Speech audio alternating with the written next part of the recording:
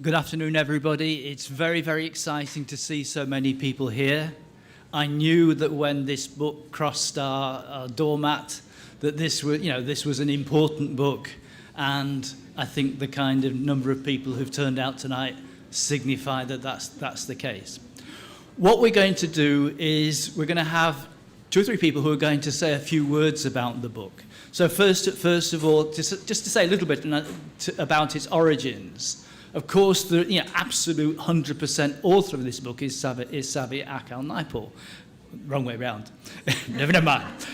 But there is somebody else who isn't here who played quite an important part in stimulating the book, and that's Professor Arnold Rampassad, who I think at various times prodded, poked, nudged, and I think he will say a little bit, that he's written a little piece that Nella is going to read for us, and that's the first bit. After that, we'll get the introductions in first. Marjorie Thorpe, who insists that I don't introduce her as other than a friend, and I suspect that most people here know about. No, I'm not going to. She'll be cross with me afterwards if I say any more. But that know how important Marjorie has been in the region, at the university, and so on, and to Bocas. So she's going to say a few words. And then Dr. Bhoe Tewarie is going to say a few words too. Again, I mean, for those who are not Trinidadians, and you need to know that Bhoe Tewarie is a long-term member of the House of Representatives. All that stuff, yeah. And just to say the person that when we were both younger and slimmer and so on, and we bounced up together probably in the mid-80s or something, didn't we? When we were kind of starting our stuff and looking at Indo-Caribbean studies and things. So it's nice to see Bhoe again. So we're going to kick off with Nella, who's going to read her statement from Dr. Arnold Rampassad, then Marjorie, and then we'll have some readings.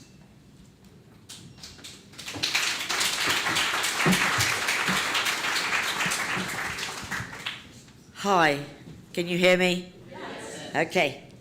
My sister Savi has asked me to read something. I am the youngest child of Draupadi and Sipasad Naipaul. My name is Nalini, but everyone calls me Nella. I appear quite late in the book, which is why I am so proud of my sister for having written this story of my family and having written it so well. Because I arrived late, much of this was only half known to me, and I am particularly pleased to see a story of my mother's life set out in its true and proper context. For the first time, I learnt much about my father, whom I didn't know. He died when I was 1. Savi's writing is so enjoyable and engaging. She has a unique voice and style and writes so beautifully and fluently. The 2 people who have most encouraged her to write this book are Jenny Naipaul, our sister-in-law, who is here in the front row, and Arnold Rampassad. Professor Arnold Rampassad is unable to be here, as Jeremy has already said, but has written a letter which I shall now read. The Naipauls of Nepaul Street, by Savi Naipaul Akal.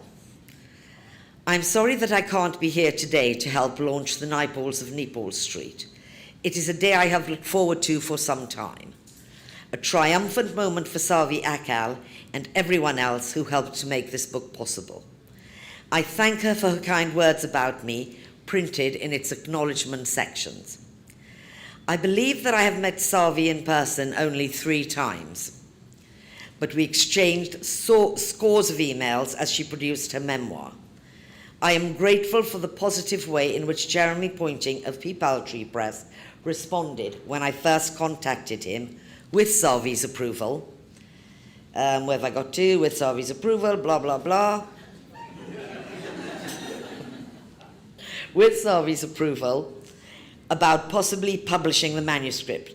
I thought that Bhoe Tewarie and the Naipauls of Nepaul Street made an almost perfect match.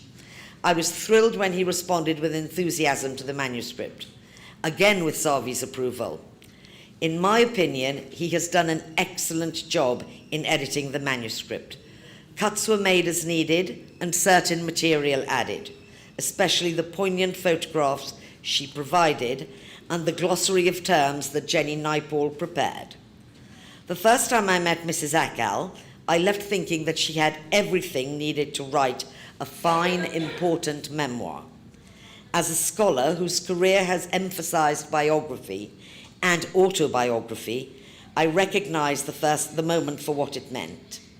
When we met again at a luncheon in honor of a mutual friend, I sat next to Mrs. Akal and pressed my case. To me, she had a vital story to tell and the clear ability to tell it well. Eloquent and frank, she was also witty. She had both a stellar mind and a superb way with words. She also had a rare vantage point on the circumstances that led to the emergence of the Naipauls as arguably the preeminent literary family in Trinidad and an honored name on the world stage. As a literary scholar, I had developed a strong admiration for Sipasad Naipaul's 1943 collection, Gurudeva and Other Indian Tales. My regard for him deepened with the image of him that emerged from published family material, as both a groundbreaking writer and a loving father of his 2 sons and 5 daughters. I was troubled by the shadow of anonymity that obscured his wife, Draupadi Kapildeo Naipaul. But who better than one of her daughters to gently reveal her mother's gifts and sacrifices? When Savi told me that, in fact, she had once started a book about her mother, but then set it aside, I felt vindicated. After a short while, she sent me about 50 handwritten pages. "That's it," she said. "No, it's not," I replied. "You have so much more to say. What about so-and-so? What about this and that?" Taking some, but not all of these hints, she built up her narrative until it went past 200 pages. Always she wrote with precision and style. She accepted some of my comments and criticisms, but rejected others. I found my long-distance engagement with Savi inspiring. Although our ideas clashed at times, with Savi always having the last word, no surprise there, I felt privileged to be involved in the project. I hope many people read this inspired, beautiful book about a remarkable woman and her family's complex lives in and beyond the Caribbean. Lives in service to literature, but also to our common humanity. Savi Akal's memoir absolutely refutes the infamous idea of Trinidad and the Caribbean as a barren place where nothing truly worthwhile happens. Arnold Rampassad.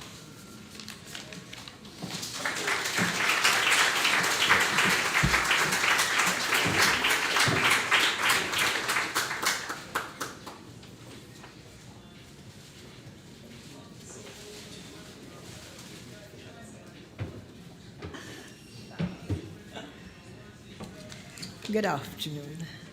When Savi told me that Arnold Rampassad, who is himself an internationally acclaimed biographer, was urging her to write her memoir, I was delighted. I was delighted because I knew in Arnold, Savi would find an invaluable friend and mentor. And also I knew that given Savi's own literary skills, her intellectual energy, and her sense of humor, she would produce the memoir that we are launching today.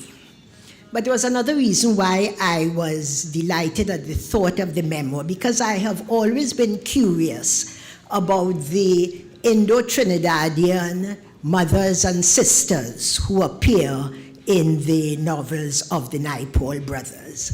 And I have always wondered to what extent do their truths endorse or contradict the perception, the image we get of them as we view them through the lens of their menfolk. And I wondered to what extent could I, as an obvious outsider, really come to understand their world in any significant way. As the narrator, Savi assumes the role of the sensitive observer whose admiration for these women grows as she herself matures and comes to get a better appreciation of the complex social and economic forces which inform their lives and which form their characters. And like Savi, as I read the memoir, I too grew in admiration of these women. And in a way, I felt I knew these women. The single mother who braves a totally foreign environment to get a better, to secure a better future for her son. Or the wife who suppresses her own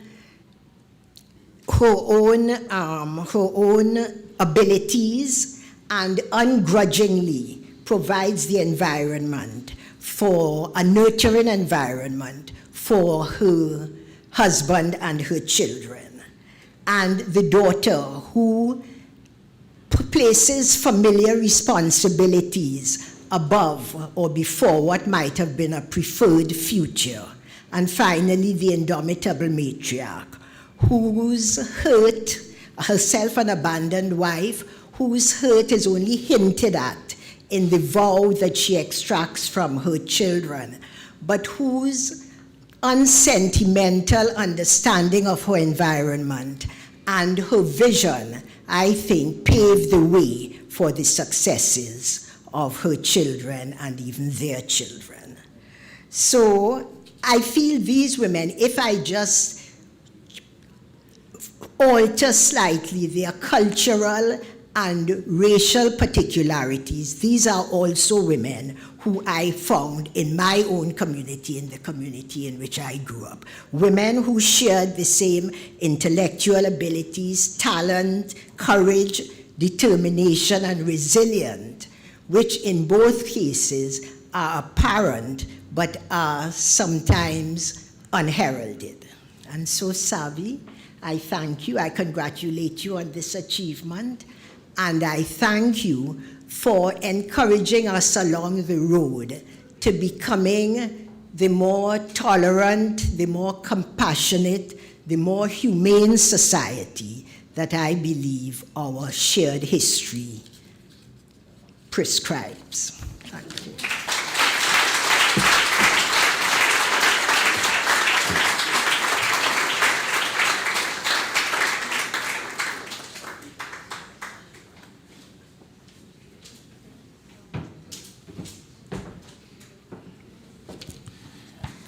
Thank you very much.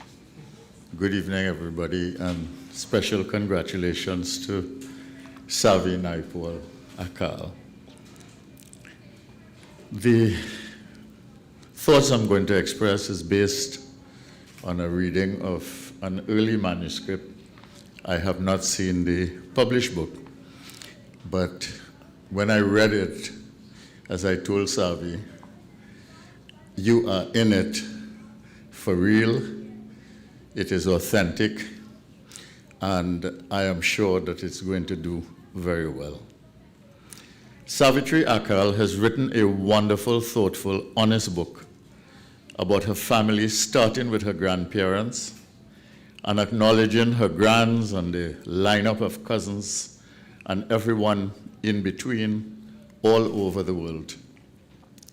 It took about a year of diligent, disciplined writing during a period of deep reflection to finish the first draft.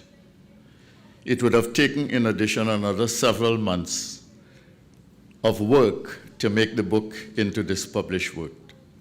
This is a remarkable achievement for Savi Naipaul Akal, and one that we should celebrate with her with gusto.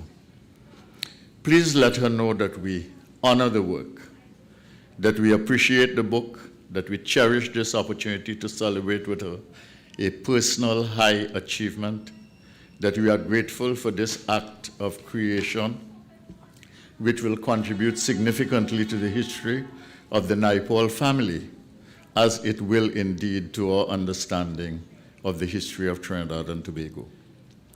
This book will also provide some context for the fiction of Sipasad Naipaul, Vidya Naipaul, and Shiva Naipaul. But this is a book which stands on its own 2 feet and which is formidable as well as authentic in its own right. So please let Savi Naipaul Akal know that we value her contribution to the world of letters and that we love her for doing it.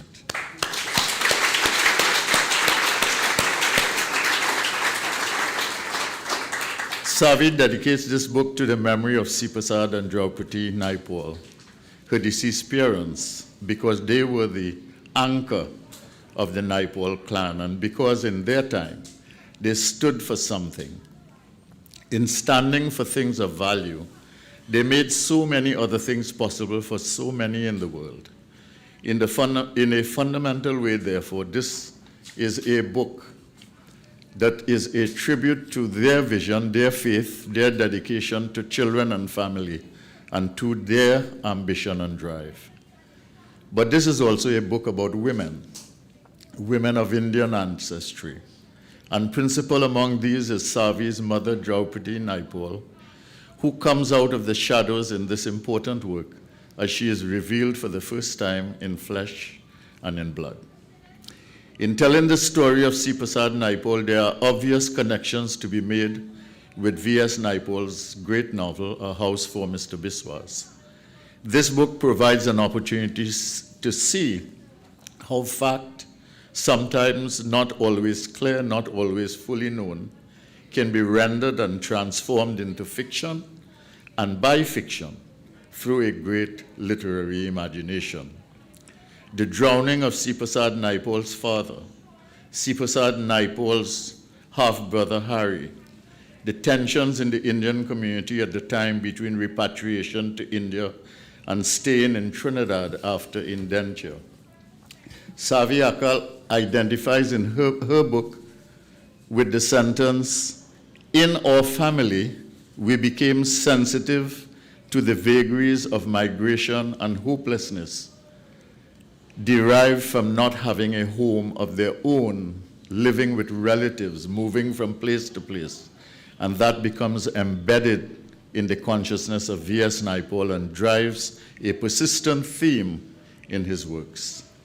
Sipasad Naipaul's goat sacrifice to the goddess Kali and his subsequent nervous breakdown, the reading material and the building of a personal library over the different phases of his life, the sign painting phase of Father Naipaul's career, the swift and decisive courtship of Sipasad and Draupadi, and the transformation of Grandmother Kapildeo to the unforgettable Mrs. Tulsi and Lion House into Hanuman House. But there is here in Savi's book, Savi Akal's book, The Naipauls of Nepaul Street, a sense of joy of childhood as contained in chapter 2, Heidi in the Tropics, that is non-existent in any of V.S. Naipaul's books. A sense of the freedom of living on a 300-acre Piti Valley estate that is absent from Biswas. A celebration of the joy of learning in a multiracial environment of tranquility in Port of Spain. An appreciation of the generosity and spirit of embrace which the Naipaul family received from well-positioned people of Afro-Trinidadian descent in Port of Spain, and from the nuns of the Catholic Church in support of their educational ambitions and their integration into a more complex sociological environment. This is how Savi Akal summarizes the experience from her memory in the book. Certainly we made concessions about our Hinduism when we attended Tranquility, and later at other schools. Like other students, we cupped our hands under the tap to drink water when we were thirsty. Like everyone else, we quickly learned to respect and honor our headmistress, Mrs. McShine's strict rules, even when they appeared to differ from Hindu values and practices.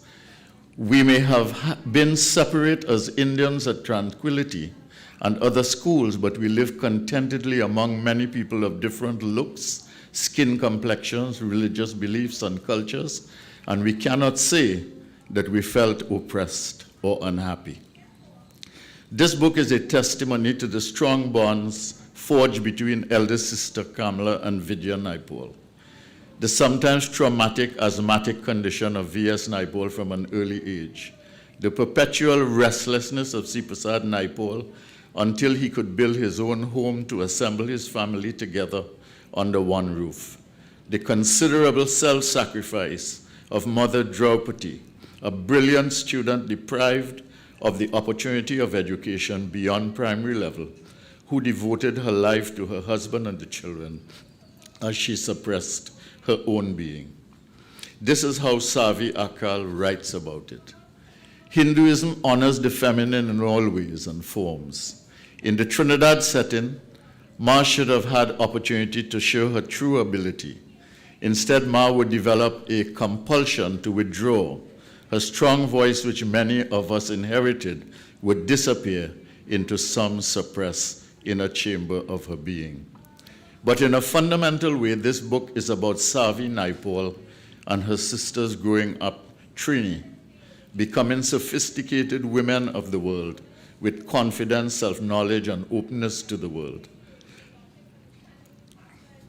I have a passage here, a long one, but I will not read it, from the book. It's worth reading, though, I guarantee you. A significant aspect of the book is the expanding reach of friendships of Savi and Mel Akal as they build their life together. I learned a few things, too, about our history from the book.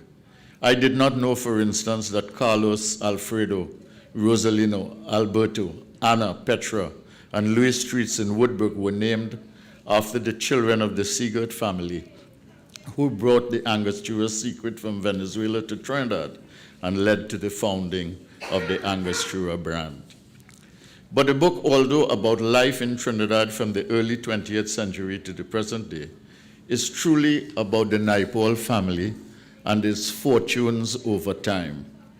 The pages about the deterioration of the health of C. Prasad Naipaul, his painful heart attack, and ultimately his demise are especially moving.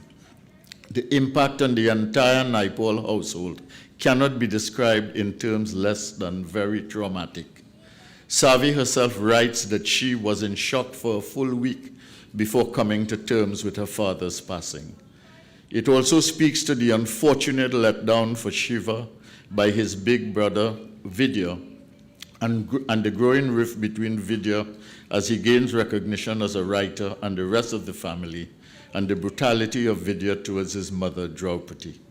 And there are, throughout the book, many very personal experiences, feelings, and thoughts which the author freely shares.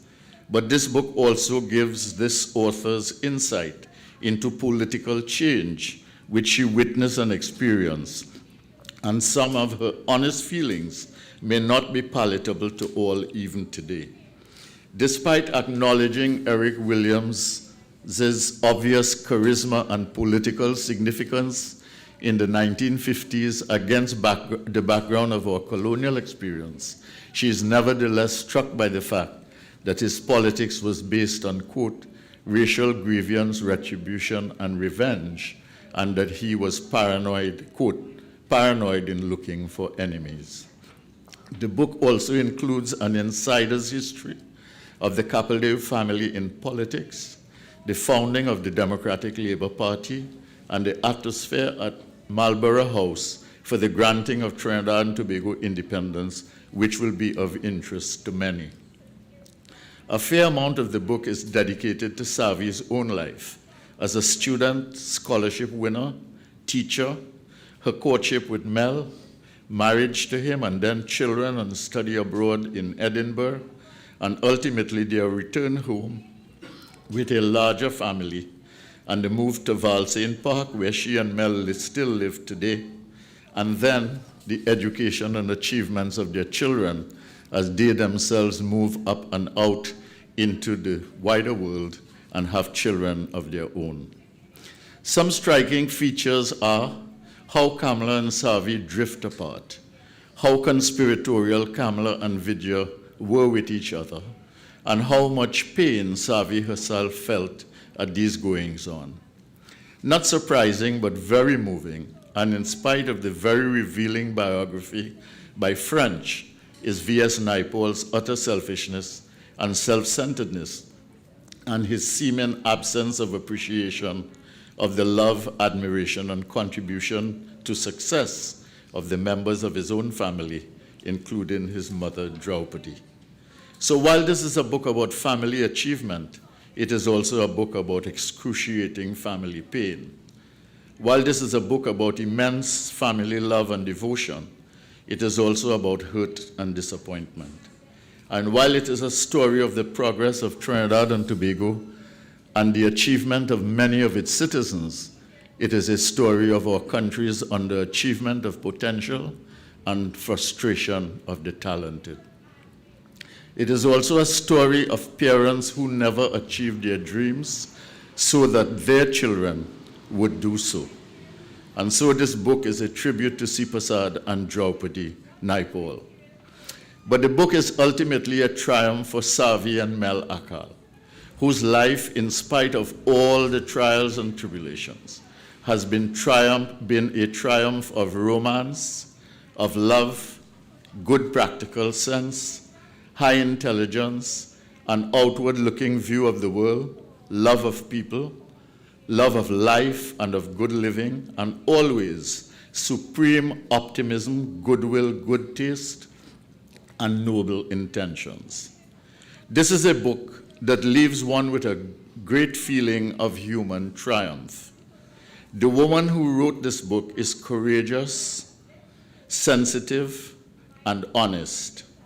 And I suspect that she just had to write this book.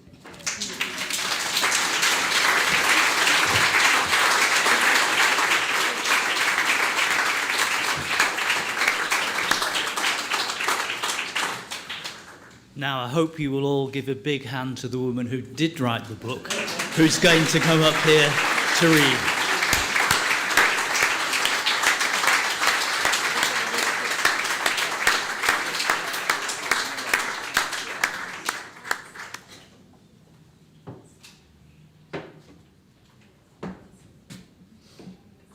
Thank you.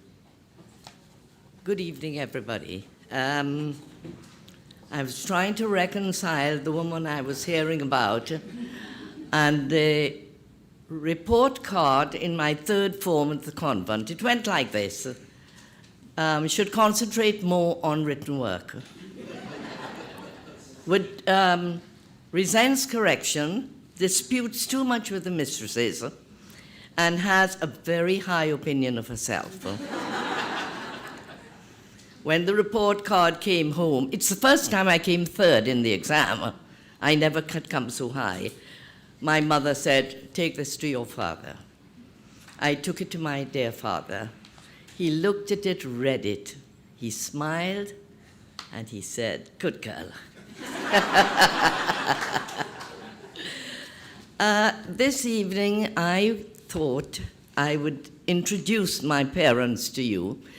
And we have culled, I should say Jenny Naipaul did most of this, culled some excerpts from the narrative, and we've put them together in an attempt to introduce my mother and then my father to you. So bear with me while I read this. Bhoe has done such a tremendously detailed job of analyzing the book. I feel very, very flattered, and I thank you very much, Bhoe, for all you have said. Thank you to Marjorie, as a dear friend. So I'll read this bit about my mother. Whenever my mother or her 8 sisters spoke of their childhood, it was with joy and fond recollection. Their eyes lit up, and they became animated with tales of Tetron Bay, moonlight and games, storytelling, vats of steamed crabs, and other culinary delights. Yet, if I reflect, I realize that these girls must have had very few childhood years. The elder girls were married by the ages of 9 and 11. Small wonder they clung to their childhood memories and stories with so much warmth and passion. I believe that my mother and her siblings were sent to a Presbyterian elementary school in Chaguanas. Most members of the family wrote in the easily identifiable script of the Presbyterian teachers. Ma's school days were few but happy. Excelling in her studies, she seemed never to forget the poems, stories, history, geography, and arithmetic she learnt at school.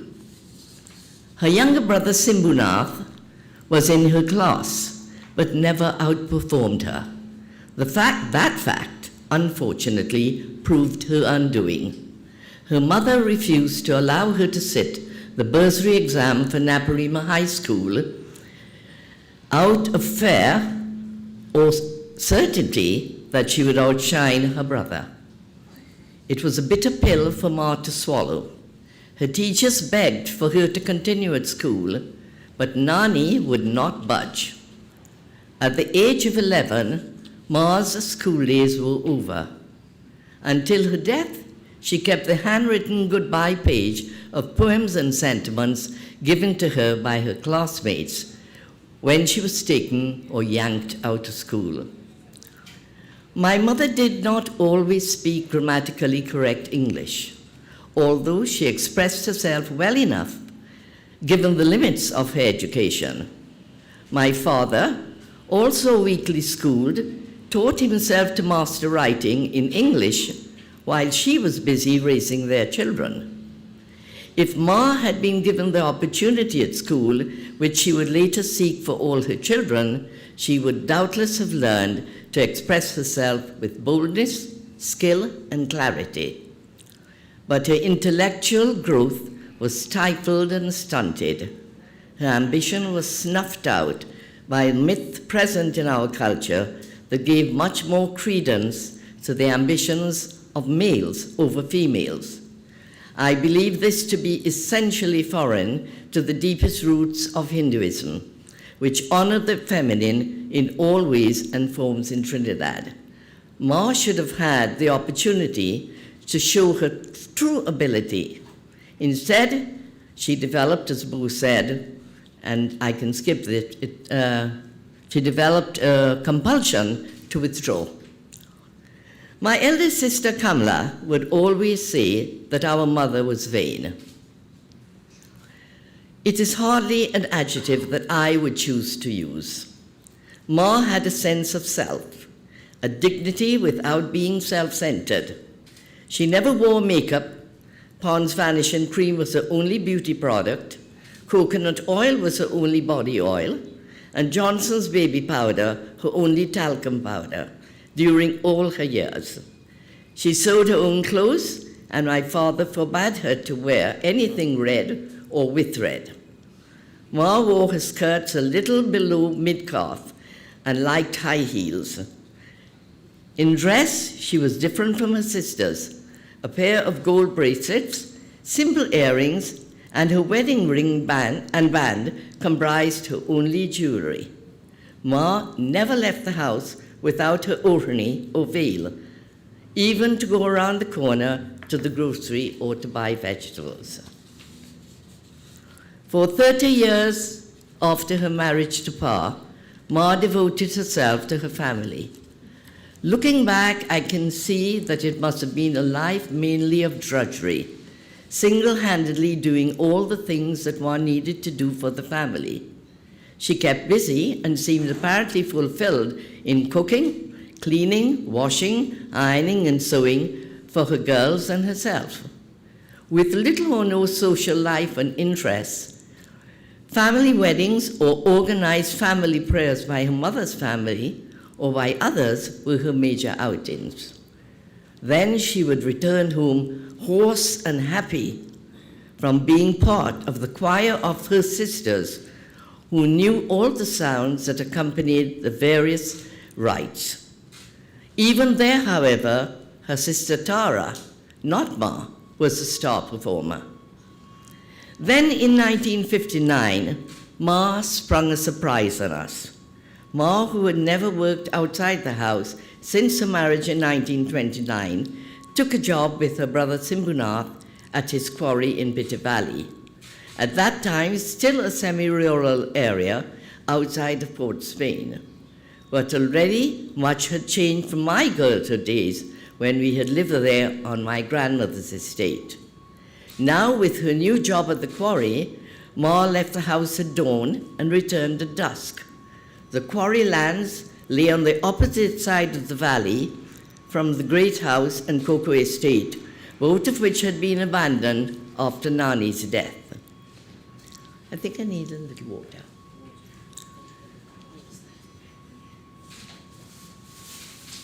Okay, thank you. I'd spill it.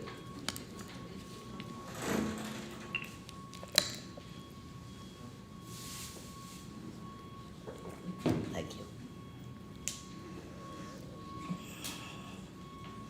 Ma's job required her to check the trucks and loads, to take a note of the transactions, and to check on the state of all machinery in use. We all had to get used to her new vocabulary, which included D7s and D9s, tractors and crushers, overburden and blue metal, and all the various machine parts that had to be serviced, repaired, or replaced. Suddenly and quickly, our quiet Ma, usually in the background, occasionally murmuring remarks, was becoming chatty and authoritative. At the quarry, she would don her hard hat and Wellingtons and climb the ladders to peer into the trays of the trucks. She could tell at a glance how many yards of material the trucks were taking out. Ma loved her job. The men had to respect and answer to her, and that included the often fiercely independent truck drivers. At work, she knew the idlers from the good workers, and she never seemed to mind the dust and the noise. Ma also was in charge of buying and transporting sticks of dynamite to the quarry. This meant that permission had to be sought and given by the police to purchase and transport explosives. She became so well known over the years that pretty soon she was being invited to the annual policeman's ball. I am not sure if she ever accepted, but I would not be surprised to learn that she did attend at least once. About her salary, Ma remained tight-lipped. At first, because she was so secretive, we began to suspect that her pay was embarrassingly small. But the job made her financially independent and more secure than she had been for years. Also, she was clearly happy. That's the bit we've chosen to read. Is that too long, Jeremy? No. Would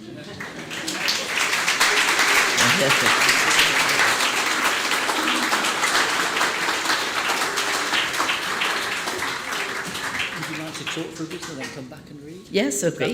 Yes, okay, fine.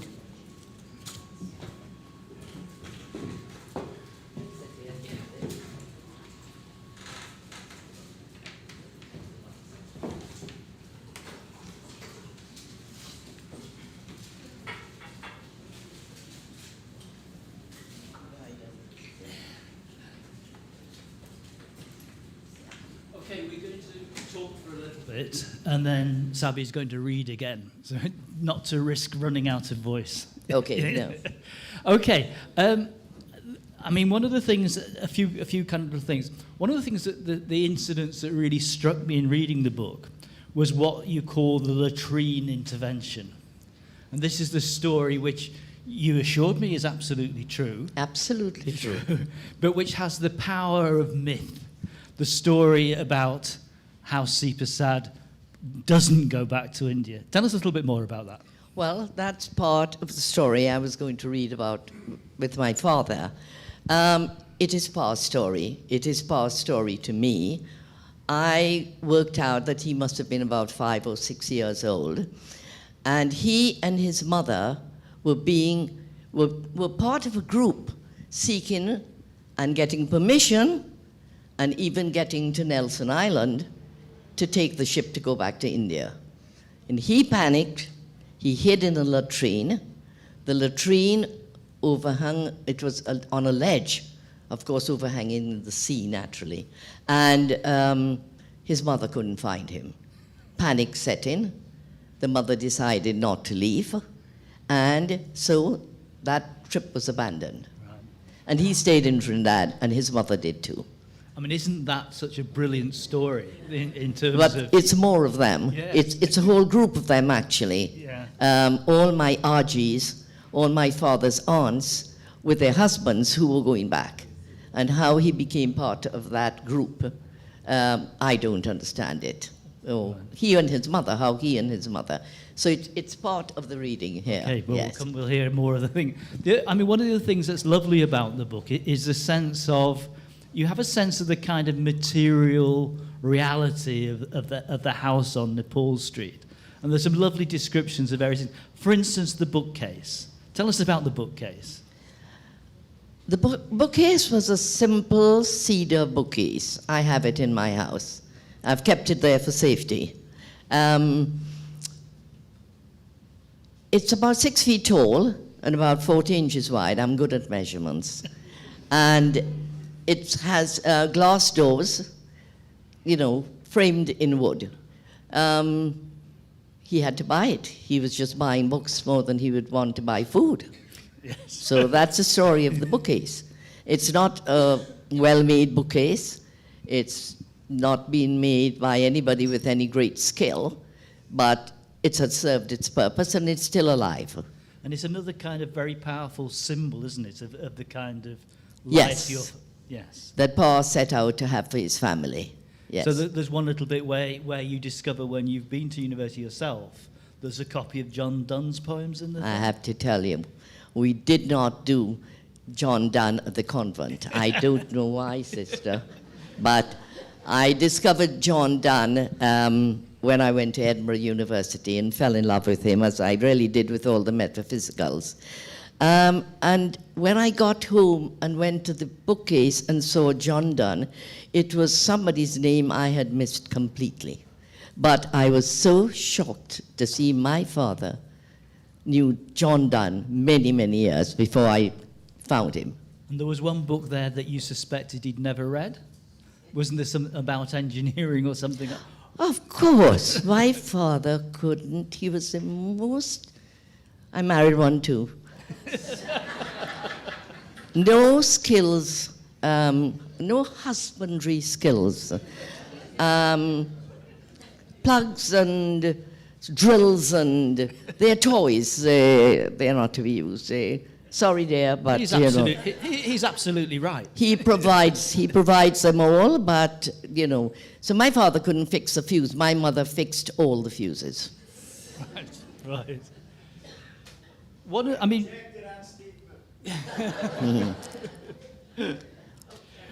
What? Oh, you were there afterwards. Yes, Kenrick must have fixed 2. All right. I mean, one of the, I think Bhoe was bringing out some of the kinds of the ways in which the book is a brilliantly kind of internal history of change and things. I mean, so one of the things that struck me about your portrait of Nani is a kind of very powerful ambivalence. On the one hand, she seems to have one foot still in India.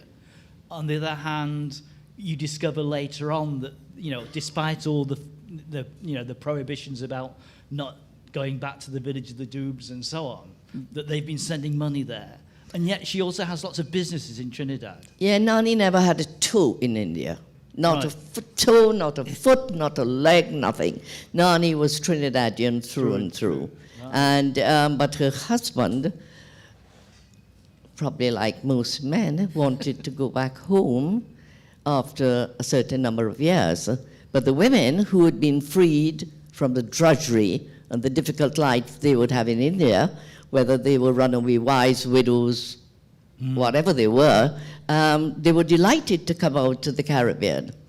I feel those of us with ancestry in the female line decided to stay pretty early on, to stay in Trinidad and make their homes. Yeah. Obviously, the two central characters in the book are Sipasad and Draupadi. One of the things I'd urge you to buy the book for is the photographs, which tell a story of their own. There's a brilliant photograph of Sipasad looking a little gangsterish, isn't he, with his hat on? Yes, yes, yeah. Tell us a little bit about that side of him. He seems like a man who was very determined to be modern. To be? To be modern, to be in the... Yes, yes. He liked change, he accepted change, and he demanded change. He, I think, thought he was rather dashing. He was not very tall, but he was very slim, and he thought he looked a bit like, what's the name, Valentino. Yes. So when he brushed his hair back. So we have a little vanity in the family, Yes, but not not in side. my mother. No. There's a very telling pair of photographs of Pa Sipasad with his foot on the bumper of the car they acquired. There's also a photograph of Ma who's been cleaning the car. Washing the car, yes. Yeah. That's the story. That's normal. Yes, yeah. Okay. Draupadi, she has to be the real hero of the whole story. Well, I hope so. Yeah, I think that comes across really, really clearly. And there are a number of things that, one of the kind of things that I read from the thing is that she was a sort of consummate kind of diplomat. She manages the relationship with her own family, the Capildios, who are going in one direction, and yet is utterly loyal to her husband in another. Is that right? I don't think she had a choice. I think in order to survive with a different husband to the family from which she came, she had to adapt. So in her married life, I honestly feel that my mother grew in her marriage. And as a child, she had learned the way of her family, but she couldn't carry on. So I don't know. Well, I guess one has to become a diplomat. We all have to become diplomats in marriage. Otherwise, we're eroded. Yes. I think, again, one of the other things that comes across and has been hinted at is after Pa's tragically early death, she takes on the whole responsibility for the family, and despite the fact that she'd been denied education herself, she is the real encourager of you and your sisters. And she held it together, and with the nuns of St. Joseph's Convent, they held us together, and we progressed, and we stayed on to school until our A-levels. We all managed to do that. And then she had her deliverance in the form of the job at the quarry, and she asserted herself then. But, she realized that my father gave us many more liberties than she would have given us. But after my father died, she had complete faith in her daughters. She believed everything we told her. And I think by and large, we didn't lie to her. It's because she, Mira and I were particularly good. Yeah.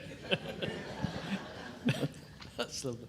And then, tell me, you said when one of the stories you tell about is that when Ma is well into her 60s, I think, she disappears off to India on her own. Yes. Did that shock you? Or was it in character? I think it did surprise us that she wanted to go alone, and it did surprise us that she took the decision. She didn't tell anybody at all. But the fact that she would go didn't really surprise us. When she came to Port Spain, she became adventurous. She took a sewing course, and she would go to market every Saturday. And, she would send us off, Mira and me, to the health center to collect some kind of medicine on weekends to make sure we remained. And, she just always adapted. Right. There's a brilliant image right at the beginning of the book. There's telling, I mean, this is the part where one is you looking right back to things before your time, and you have an image of Naipaul's wife, who is widow, and she's a Brahmin Indian lady who's dressed all in white in mourning. She has a wand that she casts before her to make sure no impurities come near her. Yes, that the shadows The don't shadows fall, and inferior the- shadows yes. don't contaminate her. And that's a lovely image of sort of beginnings and origins. Do you want to say a little bit about what you think has happened since that point? Well, the caste system is not acceptable in today's age, and she was one who believed in the caste, and of course she would believe in it because she held herself as a Brahmin, which means she was in the upper caste.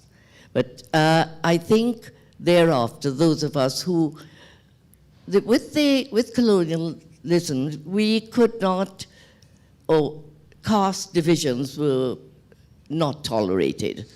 I think that's correct. And with time, when you couldn't be anybody special because of your caste, you had to learn to accommodate. Right. So I just see it as change Yeah. and adaptation. Yeah, it's in that respect that the book is a tremendous picture of social change, of cultural change. Yes. And yeah, so perhaps last question, and then we'll ask you to read again. Which I'm going to have to apologise to the audience, which is Nicholas has just passed me a note to say that it may be difficult to do Q&A because it's so crowded. But there'll be perhaps opportunities to ask questions afterwards when we've ended. Really? I thought we were out of that. We'll see. We'll try. Perhaps maybe a few people at the front or something. But perhaps the last question to you before we ask you to read again. Tell us what you've got out of the process of writing the book. As a personal kind I of... have to say, first of all, I'm surprised I wrote the book and finished it. I thought I'd do 5,000, 10,000 words and break. And Arnold Rampassad was very, very instrumental in my continuing, and he kept on encouraging and getting a little boof now and again, but Right. also being encouraged and being told, this is nice, that's nice, this sentence is nice. So it encouraged me to move on. And there was a story to be told. I mean, I didn't have to look for information. I had to be selective, but it was all there. So I enjoyed writing the book. And I can just tell you, I took only 10 months to write that book. Right. So at the end, I saw a couple of days ago, I saw an older copy of the book, and I saw August 6th or something like that, 2016. And I began it, I think, in about October of that year. October? I don't know. Right. It was about 10 months, if I remember That's correctly. remarkably quick. Well, I had the information. Yes. Yeah. Yes. Is there anything else you'd like to say before we ask you to Well, read again? I think I'd like to say thank you to two very important people in this book, Arnold Rampassad and my sister-in-law, Jenny, who edited this book. And I think she spent as much time on the book as I spent. In fact, she spent more time. Yeah, and I'd like in editing the book. as a kind of I'd like to reiterate that gratitude for what Jenny did. It's tremendous. And the other thing that I think I would just like to end with by saying, I think this book is as much about the family as it is about the Trinidad in which we lived. Because I tried to do the geography, the history, and even brave the politics. So I think that's the way I feel about the book. And then the last thing I can perhaps say is that I wrote the book in two parts, before Pa died and after Pa died. That's the way I conceived of the book. And when Arnold said to me, now we've got to get chapters, I said, are you mad? I don't know anything about chapters.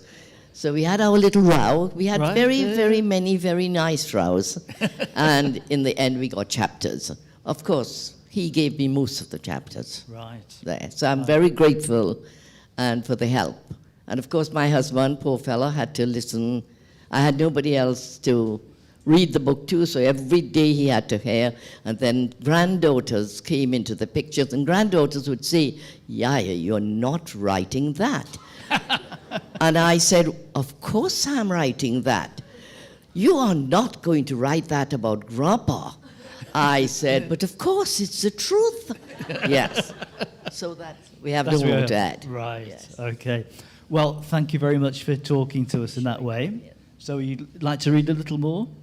Yes, this actually is a bit longer, so I think perhaps Well, I could just we've got do about, yes, we've got perhaps 5 minutes before, closing off. just a closing off, yes. Okay, fine. Let me grab the, Am I going to... let me take the thing off, yes.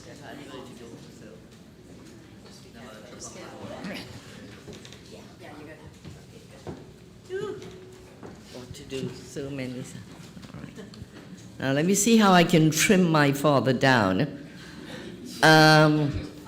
Okay. It must have been before the arrival of Harry Chacha, my father's half-brother, that some members of the Backstreet family in Tunapuna decided they wanted to go back to India. Since there were children among the group, there must have been husbands or menfolk intimately involved in that decision. Though I do not know the names of any adult males in that household, I am as certain as one can be that if there were men, the decision to go back to India was probably taken by them. You know my bias already. I am equally ignorant of how my grandmother and father became part of this Back to India group, or what their motives were. My knowledge of this event came personally from my father. The family, according to him, had secured their passages on a ship. Officials had approved and stamped their papers for repatriation. The group even went to tiny Nelson Island in the Gulf of Paria to board the ship for India. Like the more celebrated Ellis Island in New York, Nelson Island served as a major immigrant station.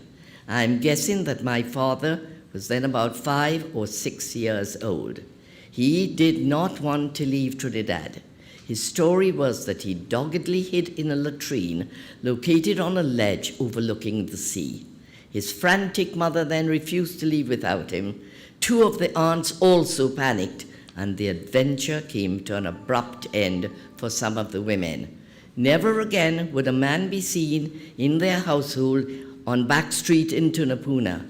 The men, if indeed they had been the planners and movers, left without them. This episode of repatriation to the motherland and the act of resistance to that repatriation is to me of great importance. Call it fate or luck, the Latrine Intervention by my father, Savi Naipaul, would change the entire history of our family. Young as he was, he had rejected repatriation to India. So now, a little bit about my father's early life.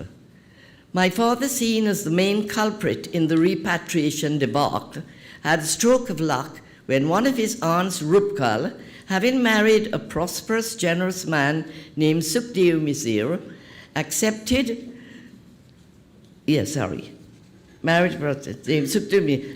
Sipasad into her household. His new home with the Sukhdevs placed him in a burgeoning family. I think that family became about 12 people. From having 2 children, 2 daughters, Basde and Jasodra, the family then went on to include the entire Ramdin family and a girl called Sonmat. So it was a big family.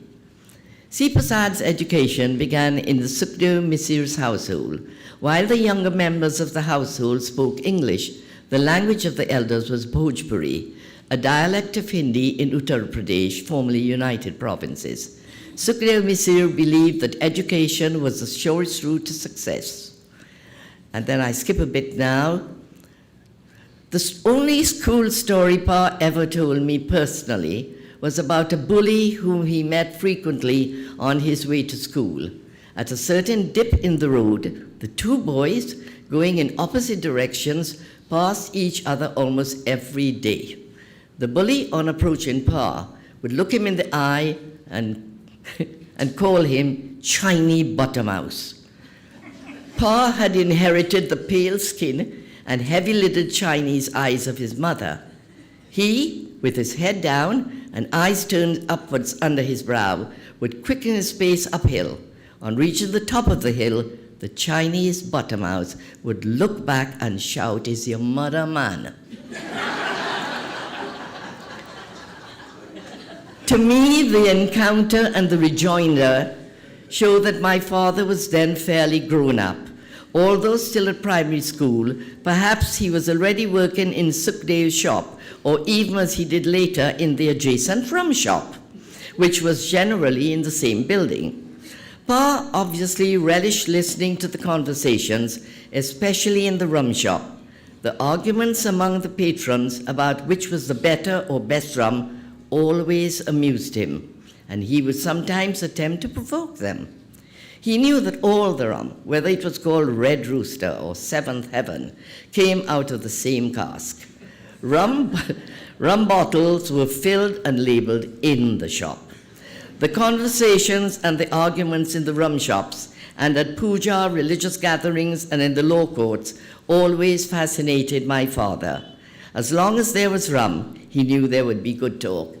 And I would learn just a couple of months ago that a lot of the talk of the courts came through being friendly with a man called McGee, who turns out to be Arnold Rampassad's father. Yeah. So, apart from working in Sukhdeo's shop, my father developed a hand for lettering. Painting signs allowed him to doodle and observe the scene about him. It also took him to the Arima Bus Company, where he was employed for a while, and which accounted for him having a driving license as early as 1928. It is said that the practice of art brings mental and physical healing. From early on, Pa needed mental healing. In spite of being accepted within a large household, in which he apparently was in basic ways fairly well treated, he must have considered himself an outsider. Sign painting would have been restorative and satisfying, an occupation that kept him apart and yet made him feel useful. My father was always aware of the poverty of his family. Certainly he was grateful to Sukhdeo Misir for permitting him to go to school, which spared him from back-breaking work in the sugar fields. And like his brother and sister, Prasad and Prabharan, who were parched and wrinkled by the tropical sun, Pa as a youth remained sallow and under-exercised. Reading would not have been a regular pastime in the El Dorado household, and I'll skip that bit. Then we went on to the bookcase, about which we've talked about, so we leave that out. And now I'll just come to this. No one can readily explain where Pa's love of the written word came from. Few of the people around him appreciated his ambition. In the mainly agricultural setting of his extended family, he was an anomaly. In the Sukhdeo Misir household, he was perhaps seen as vain and overreaching. Was he also seen as an idler? Reading books, sign painting, and writing stories were not plausible or realistic occupations for a peasant boy. Perhaps some saw these interests as a ruse to avoid getting a real job. Small wonder then that for years the bookcase held two books that intrigued me. One was an English grammar book, and the grammar book was read, and the other one entitled Popular Mechanics. I understand the English grammar volume, but the Popular Mechanics for a man who could not change a fuse must have been an attempt to please someone else. Somehow, despite his weak formal education, but driven by literary interests, Pa had become the Chaguanas correspondent of the Trinidad Guardian. Largely self-taught, he had acquired competence in writing and perhaps had published a few brief pieces that are now being lost. In the early 40s, at The Guardian, Pa began to flirt with publishing his stories. The pool of the literary-minded fraternity at that time was small, and Pa was wetting his feet, but he got encouragement when he joined a small literary group that met at the home of Judge Eric Hallinan. A combination of passion and encouragement allowed him to write several stories about the life and people he knew best. In one of his rare shows of affection, Simranath Kapilde backed him to publish privately a collection of stories of Indian village life called Gurudeva and Other Indian Tales. And then I'll go on. By 1946, our family had grown to 6 children. We began by living in Lewis Street just with our family, but now we are 6 children, all crammed into a room of a house owned by my grandmother in Lewis Street. Now, more than ever, we needed a house of our own. In choosing a house, 2 things were paramount: the distance from our school, and more important, the price. I am almost certain that my parents never had a bank account. Pa summoned the courage to approach his uncle Sukhdev Visir for a loan. Once more, Sukhdev Aja did not disappoint. The loan was free of interest. Only 8 years old, I recall the excitement of moving. I had never seen our new house in Nepaul Street. I had no idea where we were going. My father was 40 years old. Ma was 33. Kamala 16, Vidya 14, Sati 12, Meera 10, I 8, and Shiva almost 2. Power Mausa was able to fill our belongings into his van, so we landed at 26 Nepaul Street with an old hat rack, a kitchen safe, a china cabinet, the bookcase, a 4-poster bed, 2 smaller beds, and our parents' slumber king bed. We left Nepaul Street on the 31st of December, 1946. I have no recollection of saying goodbye to anyone or feeling sad on leaving Lewis Street. The war was over. Roosevelt was dead. Attlee became the British Prime Minister. Hitler had committed suicide. The former Edward VII, now the Duke of Windsor, had been packed off as governor of the Bahamas, and Gandhi was either in jail or fasting. C. Prasad Naipaul and his family were in their own house. A new dawn would begin on the 1st of January, 1947. Thank you.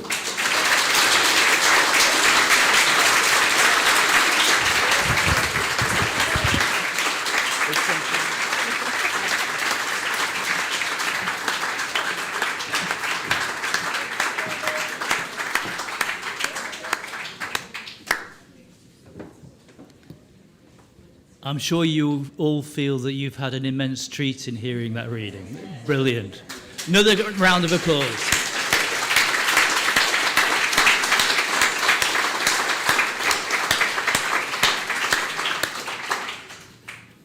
We've got a book standing outside? Yeah. Okay, yes, so... Oh, okay. Outside. Okay, so if you want to get a signed copy of the book, then there will be signings outside. There are copies in the foyer of the library. So we hope very much that you will exhaust our stock of it, and we have to send some more from Leeds in England.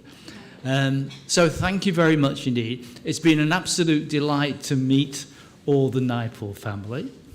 And thank you very much for everybody for coming out to this and making it such a memorable event. Thank you.